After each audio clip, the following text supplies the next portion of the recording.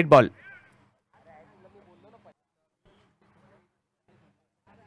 Match big hit full toss केलाय आणि इकडे सौरभ रोखणं शक्य नाहीये आणि फेकून दिला हा बॉल पुन्हा एकदा रेल्वे स्थानकावर.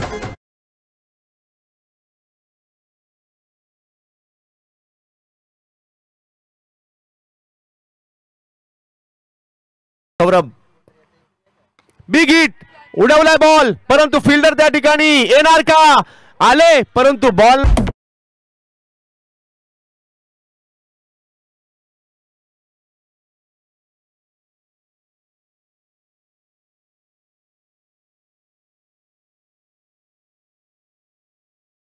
लागतं.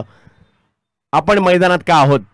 आणखीन एक याही वेळेला बॉल जातोय सीमा पार.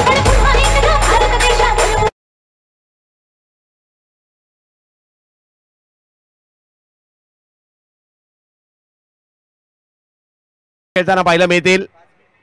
आणखीन एक हाही बॉल सीमारेषेच्या दिशेने निघालाय.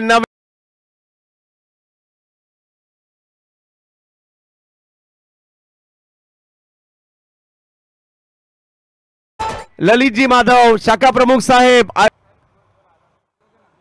बिग हिट बॉल गेला अरबी समुद्रामध्ये.